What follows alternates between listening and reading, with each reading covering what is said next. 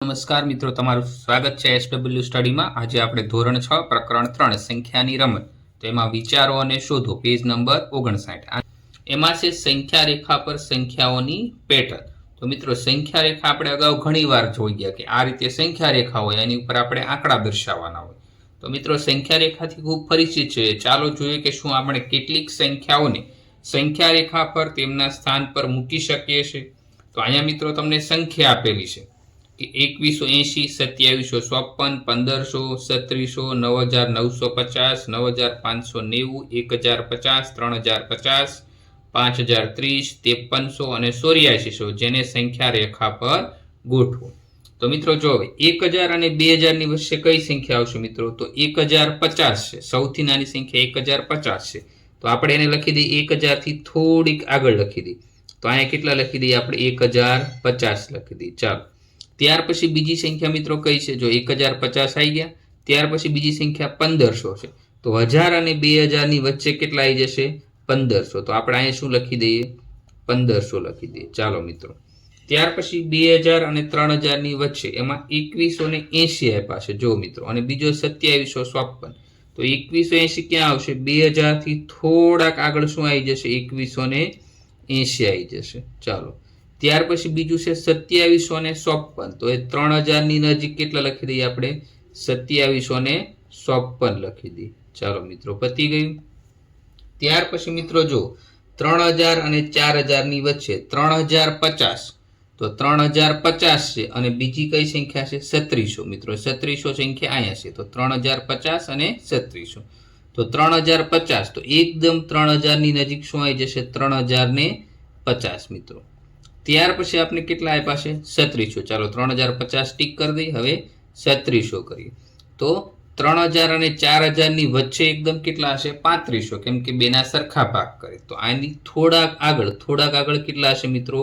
3600। તો અહીંયા આપણે 3600 લખી દઈએ, બરાબર મિત્રો।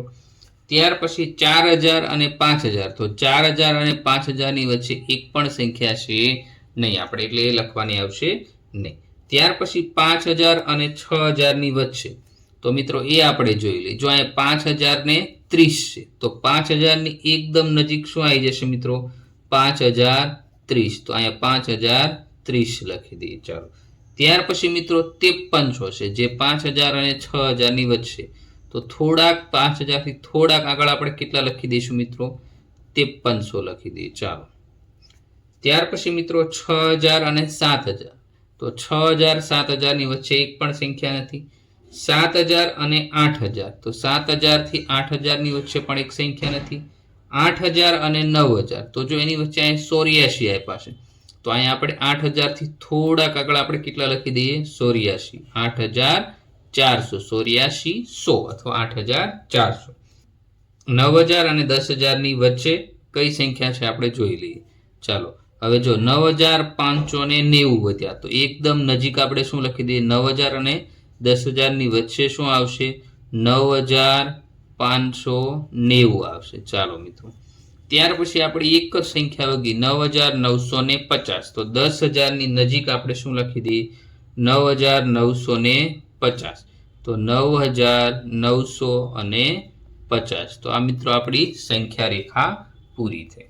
ત્યાર પછી મિત્રો વિચારો અને શોધો આપણે ચાલુ કરીએ। તો વિચારો અને શોધો, એમાં મિત્રો શું છે કે નીચે આપની સંખ્યાઓ પર અંકિત સંખ્યાને ઓળખો અને બાકીના સ્થાન ભરો। તો આવું કીધું છે મિત્રો। તો ચાલો આપણે આમાં જોઈ લઈએ। તો આપણને એ આપ્યું છે, એમાં આગળ કાપા દોરી દઈએ આપણે। 1 2 3 4 5 6 7 8 9। ટોટલ કેટલા કાપા થઈ ગયા? 1 2 3 4 5 6 7 8 9 અને 10 થઈ। અહીંયા તમને 2000 ને 10 આપેલા છે। ચાલો, ત્યાર પછી એક મૂકીને અહીંયા 2000 ને 20 આપેલા છે। તો મિત્રો અહીંયા 2010 પછી એક કાપો મૂકીને 2020 છે। તો અહીંયા શું આવી જાય? અહીંયા 10 છે, પછી એક કાપો મૂકી દીધો એટલે વચ્ચે શું આવે? 15। 10 પછી શું આવી જશે? 15। તો અહીંયા 2000 ને 15। તો મિત્રો આમાં તમે કેટલા ઉમેર્યા? તો 15 થયા, +5 ઉમેર્યા। ચાલો, તો આમાં કેટલા ઉમેર્યા? +5 ઉમેર્યા। તો હવે અહીંયા કેટલી આવશે? 2010 ની પહેલા કઈ આવશે સંખ્યા? 2005 આવશે। ચાલો, પછી કઈ આવશે? 2000। પછી કેટલી આવશે 1995, પછી કઈ સંખ્યા આવશે 1990 આવશે। ચાલો હવે જો મિત્રો બધામાં 5 5 ઉમેરા, 1990 માં 5 નાખો એટલે 1995, 1995 માં 5 નાખો એટલે 2000, 2000 માં 5 નાખો એટલે 2005, 2005 માં 5 નાખો એટલે 2010 થઈ ગયા।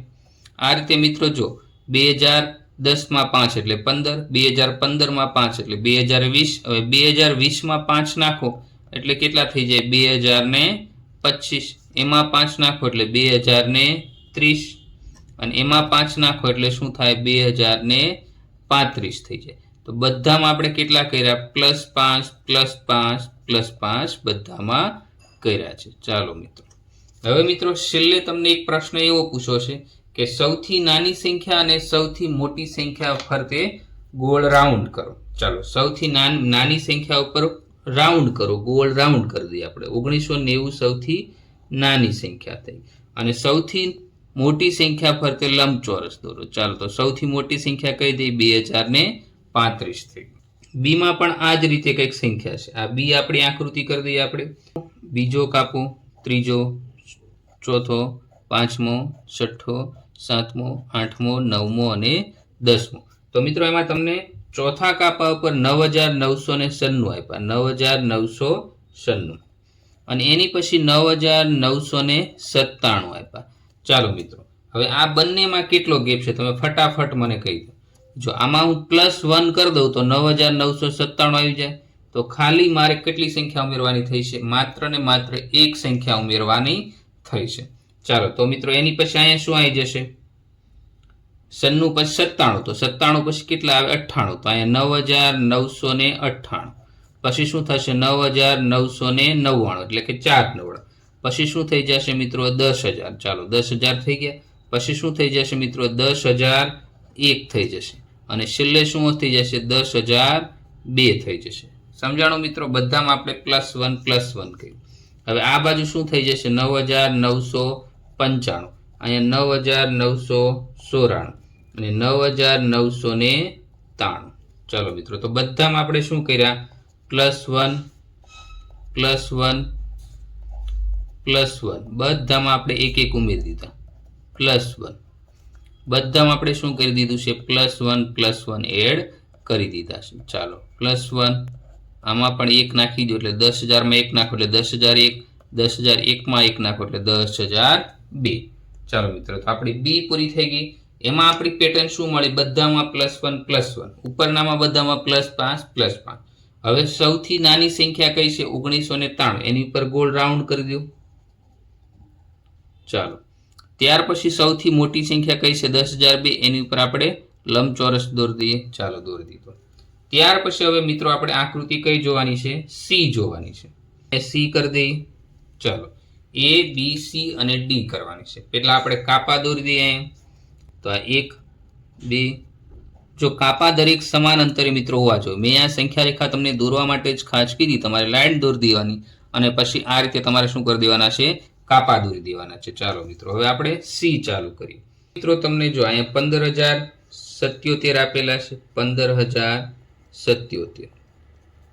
ત્યાર પછી મિત્રો અહીંયા 15078 આપેલા છે। ચાલો અને 7મા સ્થાન ઉપર તમને 15083 આપેલા છે। ચાલો મિત્રો હવે આમાં કઈ પેટર્ન છે જો મિત્રો અહીંયા આગળના આંકડાનો જો 15077 પછી કેટલા થયા 15078 થયા, તો હવે 15078 પછી શું આવશે 15079, તો 15079 પછી કેટલા આવશે 15080, પછી કેટલા આવશે 15081, પછી કેટલા આવશે 15082, પછી 15083 તો છે જ તે, પછી કેટલા આવશે 15084, પછી કેટલા આવશે 15085, પછી કેટલા આવશે 15086।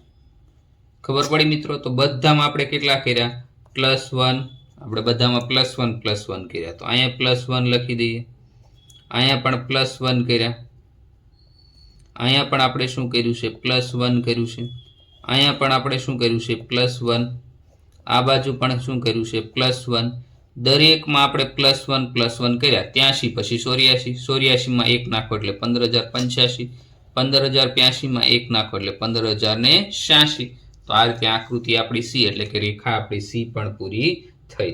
ત્યાર પછી મિત્રો ડી છે, સંખ્યા રેખા આપણી ડી અને આ છેલ્લી સંખ્યા રેખા. ચાલો તો એમાં ફટાફટ આપણે કાપા કરી દઈએ. પહેલા કાપા મિત્રો સમાન અંતરે હોવા જોઈએ. તમે સ્કેલનો ઉપયોગ કરી શકો. મેં પહેલા જ સ્કેલનો ઉપયોગ કરી દીધો છે. તો દરેક કાપા વચ્ચે અંતર કેવું રહેવું જોઈએ મિત્રો? સરખું હોવું જોઈએ. તો એમાં મિત્રો પહેલો, બીજો, ત્રીજો અને ચોથો, પહેલો, બીજો, ત્રીજો અને ચોથો, એની પર તમને 86,075 આપેલા છે. ચાલો હવે મિત્રો એની પછીના કાપામાં તમને 87,075 આપ્યા છે. ચાલો મિત્રો હવે આમાં તમને કઈ ખબર પડી મિત્રો શું થયું? 86 માંથી 87 થઈ ગયું. ચાલો મિત્રો 86 માંથી 87 થઈ ગયું. તો 86,000 માંથી 87,000 થઈ ગયું. તો 1,000 નો શું થઈ ગયો? વધારો. તો હવે પછી આમાં શું આવશે મિત્રો? 87,000 પછી કેટલા આવશે? 88,075. ત્યાર પછી શું આવશે મિત્રો? 89,075. પછી શું આવશે મિત્રો? 90,075. ત્યાર પછી મિત્રો શું આવશે? 90 પછી 91,075. પછી કેટલા આવશે? 92,075. ચાલો હવે આ બાજુ વધારો થાય તો 86,000 ની પહેલા કેટલા આવે? 85,075. પછી કેટલા આવશે મિત્રો? 84,075. પછી કેટલા આવશે મિત્રો? 83,075. ખબર પડી મિત્રો? બધાનો ગેપ કેટલો કેટલો છે? 1,000 નો. તો આપણે ગેપ લખી દઈએ +1000. તો આમાંય શું આવશે? +1000. આમાંય શું આવશે? +1000. તો દરેકમાં કેટલો ગેપ છે? 1,000 નો ગેપ છે. તો બધામાં +1000. તો પેટર્ન તમને કઈ મળી મિત્રો? બધામાં 1,000 1,000 એડ કરવાના. 88,000 માં 1,000, 88,075 માં 1,000 એડ કરો એટલે 89,000. 89,000 વત્તા 1,000 કરો એટલે 90,075. 90,075 માં 1,000 એડ કરો એટલે તમને કેટલા મળશે? એડ કરો એટલે કે સરવાળો. એમાં 1,000 એડ કરો એટલે તમને કેટલા મળશે? 91,075. 91,075 માં 1,000 એડ કરો અથવા પ્લસ કરો તો તમને કેટલા મળશે? 92,075. એડ કરો એટલે 92,075. ચાલો મિત્રો હજી આપણે એક વસ્તુ ભૂલી ગયા. આની પછીનો પ્રશ્ન તમને શું કીધો છે? કે જે નાની સંખ્યા છે એની પર વર્તુળ કરો છો. તો સી માં નાની સંખ્યા કઈ છે? જે શરૂઆત થતી હોય રેખા એ નાની સંખ્યા હોય. તો 15,077 સૌથી નાની સંખ્યા. ડી માં સૌથી નાની સંખ્યા કઈ થશે? 83,075 એ સૌથી નાની સંખ્યા થઈ ગઈ. ચાલો મિત્રો હવે સૌથી મોટી સંખ્યા પર આપણે સોર જ કરવાનું. તો સી માં એટલે રેખા સી માં જે છેલ્લી સંખ્યા હોય એ સૌથી મોટી હોય. તો 15,086 છે એ સૌથી મોટી, એની પર આપણે બોક્સ કરી દઈએ. આ રીતે ડી માં સૌથી મોટી સંખ્યા કઈ થશે? 92,075. તો એની ફરતે આપણે બોક્સ કરી દઈએ 92,075. અને મિત્રો એની પછીનો પ્રશ્ન એવો જ કીધો છે કે જે નાની સંખ્યા ઉપર વર્તુળ કરો અને મોટી સંખ્યા ઉપર લંબચોરસ દોરો, જે આપણે ઓલરેડી દોરી દીધા છે. તો આ રીતે મિત્રો આપણો વિચારો અને શોધો પેજ નંબર 59 ઉપરનો પૂરો થયો. વિડીયો ગમ્યો હોય તો લાઈક કરો, શેર કરો અને ચેનલને સબસ્ક્રાઇબ કરો. Thank you.